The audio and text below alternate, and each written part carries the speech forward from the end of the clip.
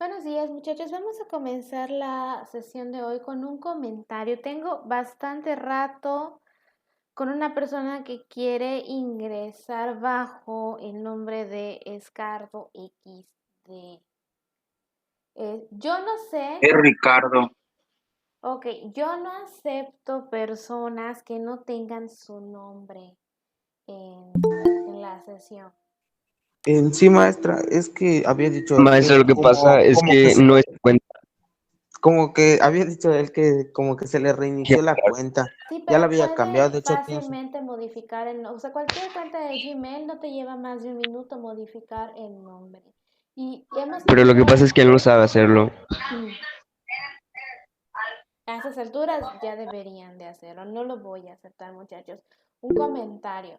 Ya hemos tenido incidentes previamente de gente que ni siquiera pertenece al grupo y entra y accesa. Entonces, bajo ese concepto, a mí me aparece una persona que no tiene sus nombres y sus apellidos, que está en el reglamento de la escuela, que mi perfil tiene que tener mis nombres y mis apellidos.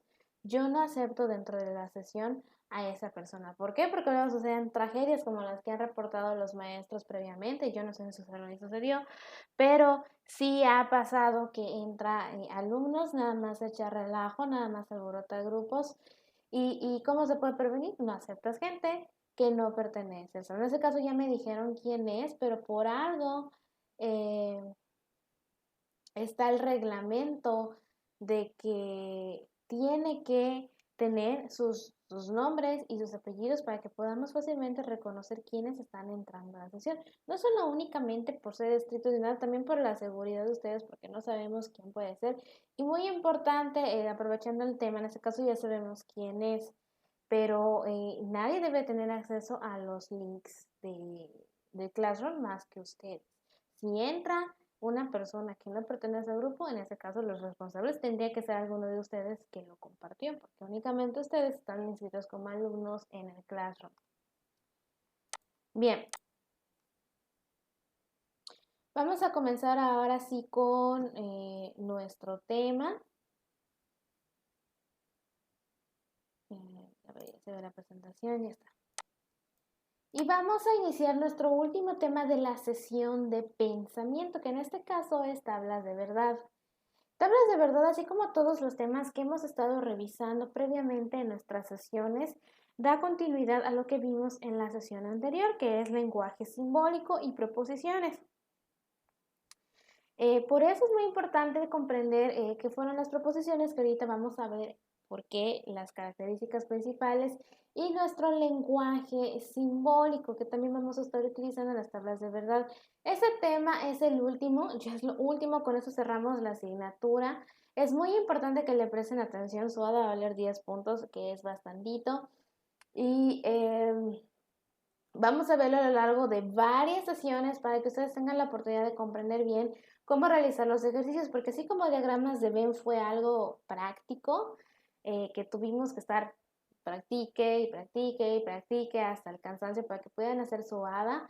En este caso también ustedes tienen que resolver ejercicios que no son tan sencillos, entonces vamos a estarlo repitiendo a lo largo de las sesiones. En esta primera sesión vamos a ver un poquito de teoría, nada más vamos a hacer un pequeño ejercicio, todavía no vamos a empezar algo más complicado y vamos a repasar temas vistos de por qué fueron importantes verlos. Enterado, Cristina, gracias. Bien, ahora correspondiente a nuestras tablas de verdad.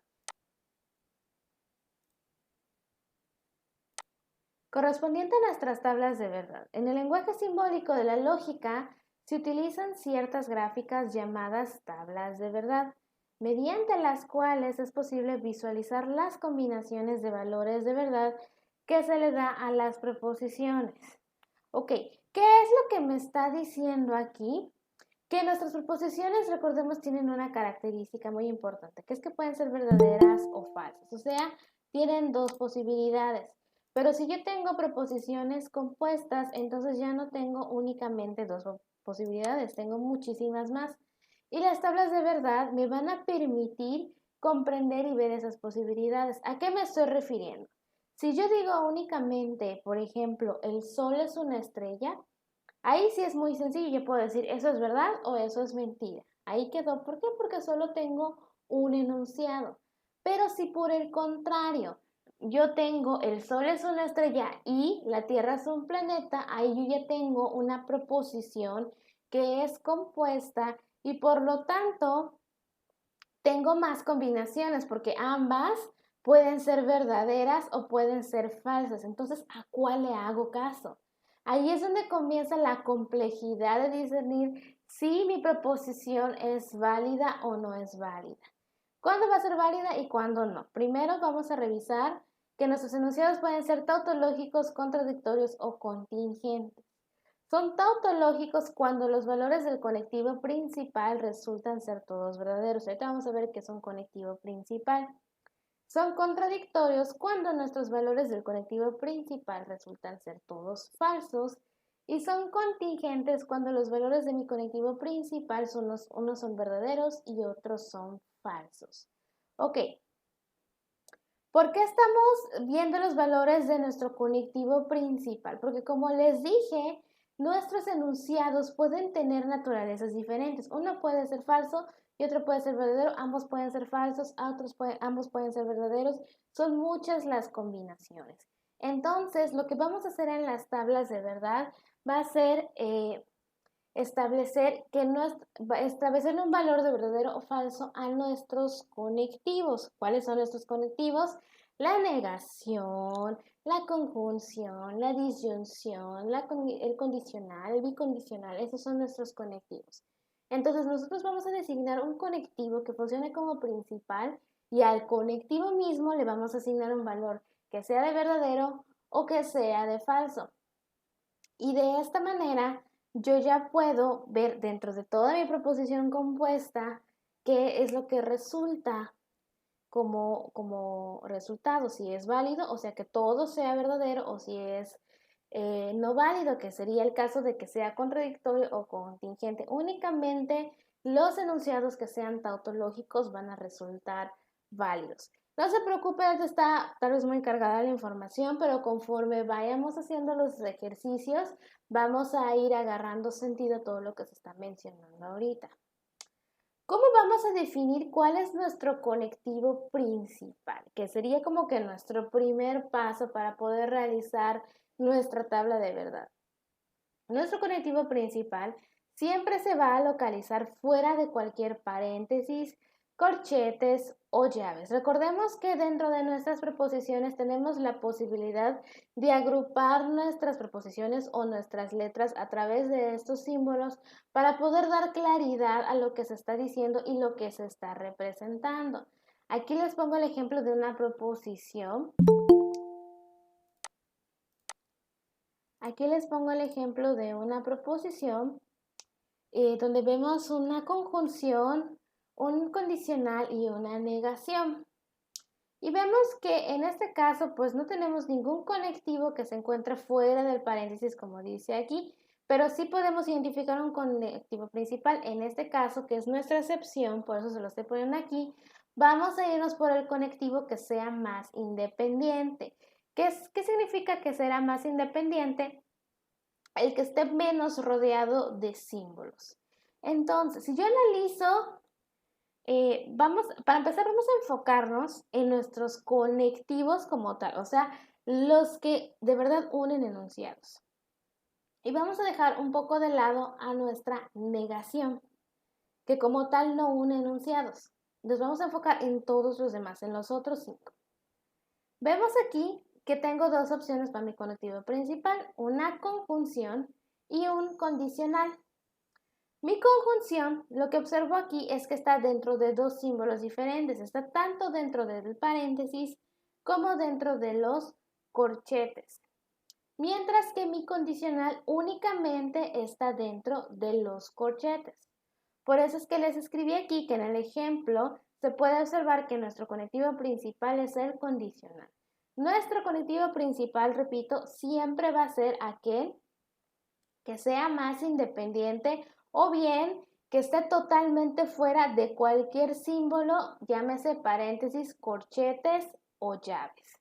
Vamos a dejar de presentar un momentito el PowerPoint para compartir un Word y hacer unos ejercicios breves de identificación en el que podamos ver cuáles son, dentro de las ecuaciones propuestas, nuestros conectivos principales.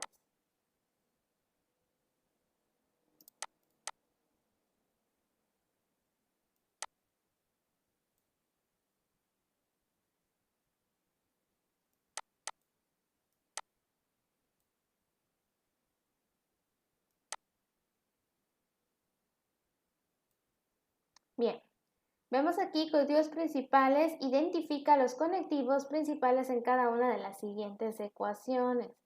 ¿Qué es lo que estamos viendo aquí? Lo que hicimos en la sesión anterior son la representación simbólica de nuestras proposiciones, que es lo que aprendimos a realizar durante la sesión previa a esta.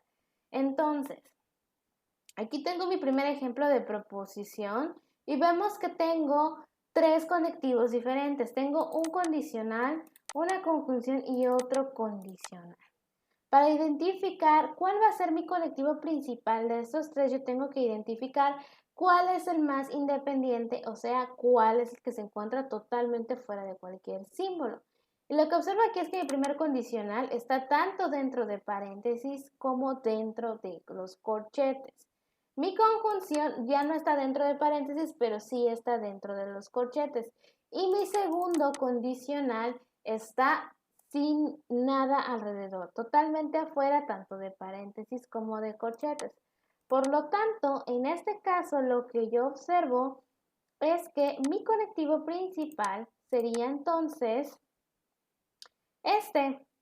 mi segunda condicional, que es el que está totalmente fuera de los símbolos. Bien, vamos con nuestro ejemplo número 2. Aquí tenemos dos tipos de conectivo, un disyuntivo inclusivo y un condicional. ¿Cuál de estos dos que les estoy presentando sería nuestro conectivo principal?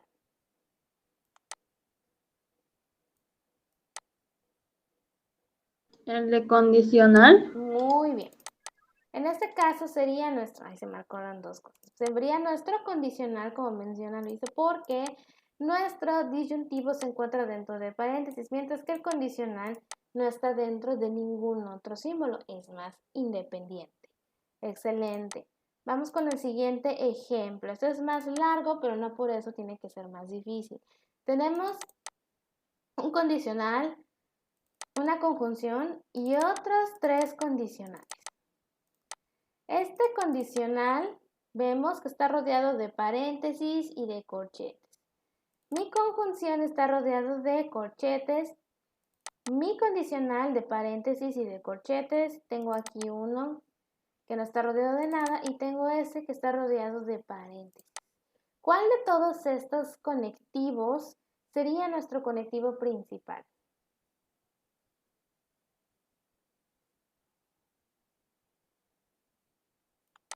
¿Cuál sería, muchachos? La flecha que está afuera del paréntesis, creo que es la tercera condicional o la segunda, Excelente. creo. Muy bien. Sí, es la tercera condicional. Ay, lo subrayé. Aquí está. Esa es nuestro condicional. Si ven, aunque sea mucho más larga en esta ocasión, no necesariamente es más complicado porque solo tengo que fijarme de una cosa, que esté sin estar rodeado de ningún otro símbolo. Vamos con el siguiente ejemplo.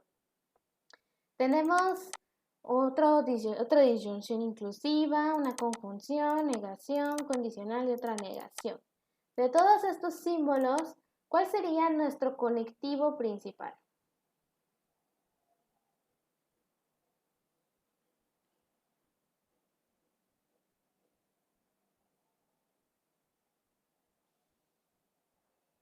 Negación. La negación dijimos que la vamos a excluir dentro de ese ejercicio y que únicamente nos íbamos a enfocar en los conectivos que pudieran de verdad unir dos enunciados. Recordemos que la negación únicamente se aplica a dos enunciados. Por lo tanto, en este caso, pues la respuesta no sería correcta. Tendría que enfocarme en mi disyunción, mi conjunción o mi condicional. De esos tres, ¿cuál Entonces sería? condicional. Bien, En ese caso sería nuestro condicional. Se los marco aquí porque es el que no está rodeado de ningún otro símbolo. Vemos que nuestra disyunción está rodeado tanto de paréntesis como de corchetes. Nuestra conjunción está rodeado de corchetes y este no está rodeado de nada, entonces es el más independiente. Siguiente ejemplo, ¿cuál sería nuestro conectivo principal?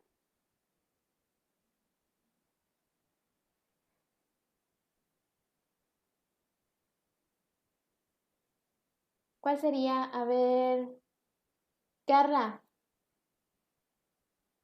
¿cuál sería nuestro conectivo?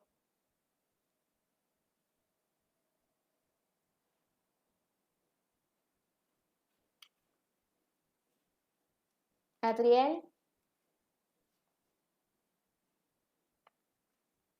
Adriel Noriega, ¿cuál sería nuestro conectivo? Es el ejemplo más fácil que hemos visto hasta ahorita y nadie lo ha podido responder.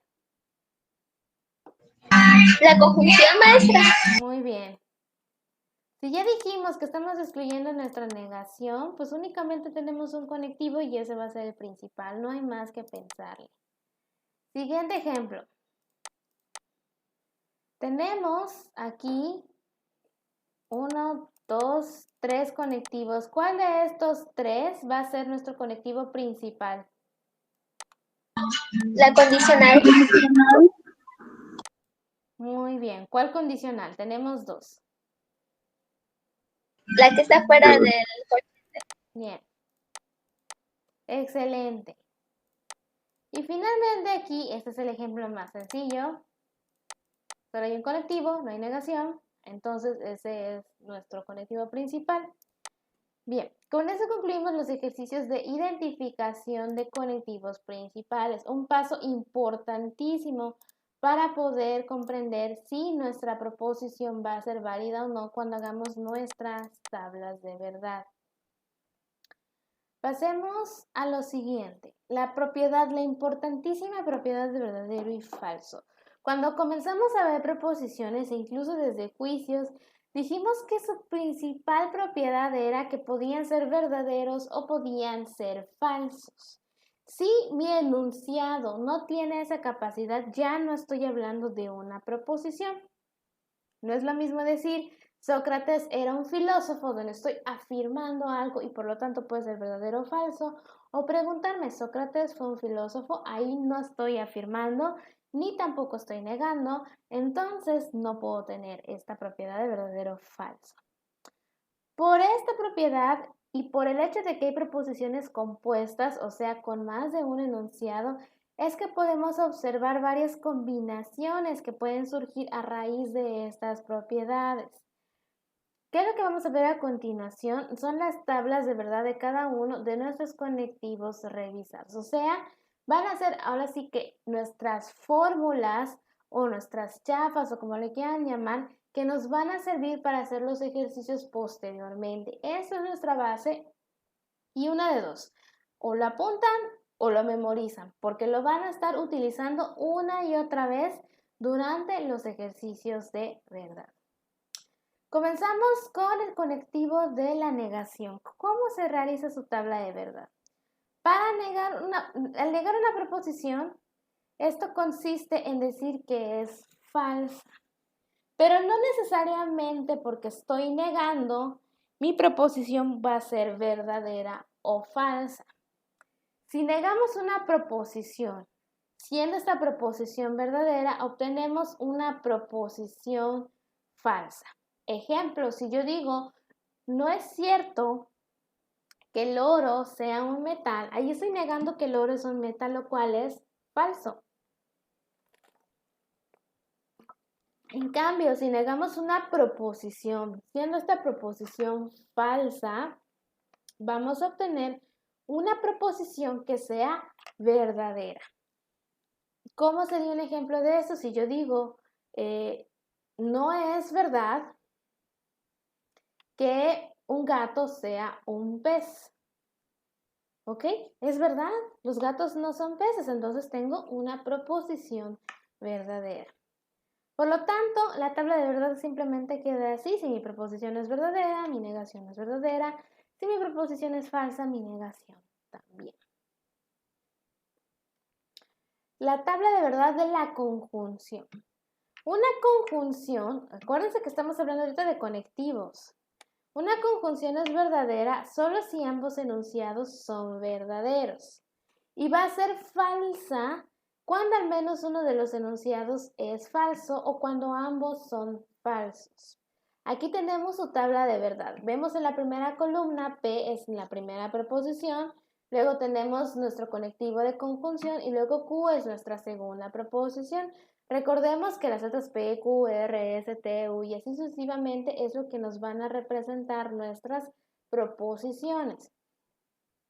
Entonces, en este caso, nuestra proposición 1, en la primera fila, nuestra proposición 1 es verdadera y nuestra proposición 2 también es verdadera. Por lo tanto, nuestro conectivo de conjunción también va a ser verdadero. Es lo que nos está diciendo la regla de esta diapositiva. En el segundo ejemplo, mi primera proposición es verdadera y la segunda es falsa. Y esa combinación me da como resultado que mi conjunción va a ser falsa. En el segundo tenemos el opuesto. Mi primera proposición es falsa y mi segunda proposición es verdadera. Lo que surge a raíz de esto es que mi conjunción va a ser falsa. Y en mi último ejemplo tengo dos proposiciones falsas y por lo tanto mi conjunción va a ser falsa. En resumen, ¿qué es lo que podemos observar en esta tabla de verdad? Que solo existe un caso en el que mi conjunción va a ser verdadera y eso es cuando ambas proposiciones son verdaderas. En todas mis demás combinaciones mi conjunción va a resultar falsa. Importante recordar que nuestra disyunción se clasifica en dos categorías, las disyunciones que son inclusivas y las disyunciones que son exclusivas.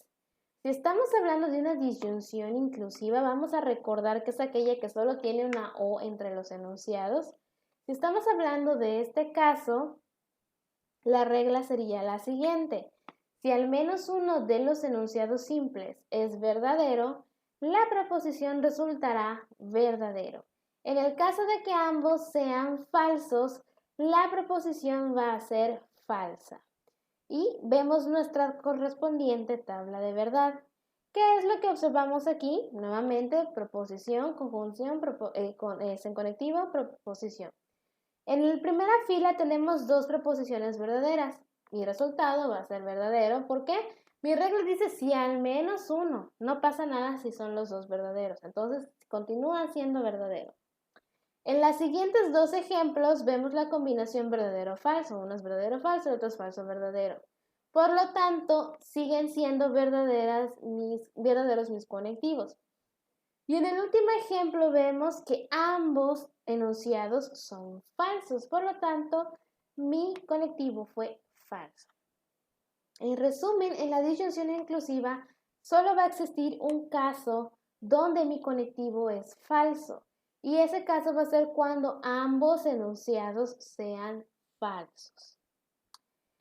Mi disyunción exclusiva me marca que uno de los disyuntos tiene que ser necesariamente verdadero y el otro necesariamente falso para que mi proposición sea verdadera. Lo que me está diciendo en resumen es que si tengo dos enunciados de la misma naturaleza, o sea que ambos sean verdaderos o que ambos sean falsos, mi conectivo va a ser falso. Aquí lo observamos en su tabla de verdad. En la primera fila tenemos que nuestras dos proposiciones son verdaderas, por eso es falso. Pero en la segunda y la tercera se cumple la condición de que hay una combinación verdadero-falso. Por lo tanto, esos dos ejemplos están siendo verdaderos. Y en mi último tengo igualmente dos enunciados que son falsos. Y eso crea que mi conectivo resulte falso. Cuando tenemos proposiciones condicionales y nos enfocamos en el conectivo condicional, hay que poner mucha atención, aquí sí, en el orden en el que nos dan nuestros enunciados verdaderos o falsos. Porque nuestra regla nos indica que el condicional nos dice que siendo el antecedente o enunciado que pone la condición verdadero y el consecuente enunciado condicionado por antecedente falso, entonces será falso todo el enunciado y en todos los demás casos será verdadero. Lo observamos en esta tablita de verdad. Mi primera proposición es verdadera y mi segunda es falsa es verdadera también en el primer caso. Por lo tanto, mi condicional va a ser verdadero. Pero en el segundo ejemplo, el primero es verdadero y el segundo es falso, como dice en el texto que leímos previamente. Y mi resultado se vuelve falso. En los otros dos, si mi primera proposición es falsa y la segunda verdadera, ahí sí es verdadera. Y si ambas proposiciones son falsas, también va a ser verdadera. En resumen, en el condicional, solo hay un caso en el que resulta falso mi conectivo. Y es cuando combino que mi primer enunciado es verdadero y el segundo falso. Entonces, importante entender que en el condicional el orden importa. Si yo tengo primero un falso y luego un verdadero, ahí sí va a ser verdadero. Fijarse muy bien en el orden. Y finalmente tenemos la tabla de verdad de nuestro conectivo bicondicional. El bicondicional nos indica que si ambos miembros son verdaderos o ambos son falsos, el enunciado entero va a resultar ser verdadero. En todos los demás casos resultarán falsos. Como podemos observar, en la tabla siguiente se constata lo que dice nuestro texto. En nuestro primer ejemplo, ambos enunciados son verdaderos y por lo tanto nuestro conectivo es verdadero. En los otros dos ejemplos existe una combinación verdadero-falso y por lo tanto son falsos. Y en mi último ejemplo tengo dos enunciados falsos y por lo tanto va a ser verdadero. Entonces aquí, mientras yo tenga mis dos enunciados con la misma naturaleza y no me importa si es verdadero o es falso, siempre que sean iguales, entonces mi conectivo va a ser verdadero. Y si hay combinación de propiedades, entonces van a ser falsos mis conectivos. Lo que les pongo aquí es esta como que diapositiva, como para que tengan un resumen de todo lo que acabamos de ver en una sola diapositiva. Yo les recomiendo que pues le tomen una foto, lo impriman, lo guarden como imagen, lo copien en su libreta, porque les repito, cuando estemos haciendo los ejercicios de las tablas de verdad de una proposición completa, van a tener que estar checando a cada rato estas combinaciones. Bueno, ¿cómo vamos a elaborar nuestra tabla de verdad? Para crear nuestra tabla de verdad, vamos a seguir los siguientes pasos. Primero, recordar que un enunciado solo tiene dos posibilidades, o sea, que puede ser verdadero o falso. Es todo. Si yo digo el cielo es azul, ese enunciado puede ser verdadero o es falso. No existen terceras, cuartas ni quintas posibilidades, no más, solo dos. Por lo tanto, si yo tengo una proposición en el que pues entre en la categoría de compuesta, o sea que se conforme por dos proposiciones simples o más, pues voy a tener más posibilidades. En este caso todavía estamos viendo un ejemplo de dos proposiciones, aquí nos pone la representación P y Q, y entonces ya no tendríamos dos posibilidades, sino cuatro posibilidades y por lo tanto cuatro posibles combinaciones, que es lo que observamos en la tablita de aquí. ¿Por qué? Porque pues si uno son dos posibilidades, entonces 2 por 2 y así sucesivamente.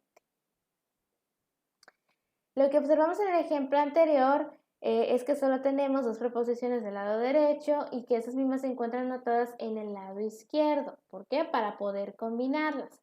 En la columna Q se anota una verdadera, luego una falsa, y después una verdadera, luego una falsa, y en la columna siguiente dos verdaderas y dos falsas, que es lo que vemos aquí. ¿Por qué? Para que yo pueda de verdad crear combinaciones. De nada me sirve poner siempre verdadero, verdadero, falso, falso, verdadero. No, queremos crear combinaciones. Bien, se puede comprobar si la combinación de los valores de verdad es correcta si en la tabla comienzan con verdaderas y terminan con falsas, que es lo que observamos en la columna 1 y en la columna 2. Primero tenemos una B y en la segunda columna terminamos con una F. y se puede comprobar si la combinación de los valores de verdad es correcta si en la tabla elaborada P y Q comienzan con verdaderas y terminan con falsas. Y por más de dos proposiciones utilizamos una formulita, que es esa 2 elevado a la n, donde n es nuestro número de proposiciones simples distintas. Ok, vamos a verlo representado aquí. Si tengo solo una proposición, aquí lo vemos, solo tenemos una P, tenemos dos posibilidades porque 2 elevado a la 1 nos da 2. Si tenemos dos proposiciones, tenemos 4 combinaciones porque 2 elevado a la 2 nos da 4. Y por lo tanto tenemos mi columna 1 y mi columna 2 con esas 4 representaciones. Si tengo 3 proposiciones, entonces voy a elevar a la 3. 2 a la 3 nos da igual a 8, por lo tanto tengo mis 3 columnas, una representando cada proposición y vemos mis 8 combinaciones abajo de manera vertical.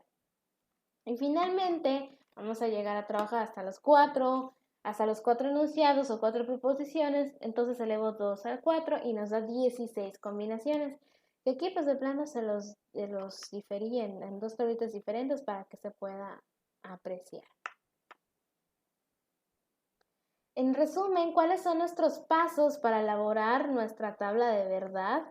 Pues lo que vamos a hacer es primero que vamos a identificar cuántas letras diferentes tiene nuestra proposición, P, Q, R, o sea, cuántos enunciados tiene nuestra proposición.